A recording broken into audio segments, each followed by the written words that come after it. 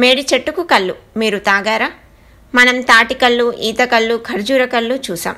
కానీ ఈ గౌడు మేడి చెట్టుకు కళ్ళు గీస్తున్నాడు.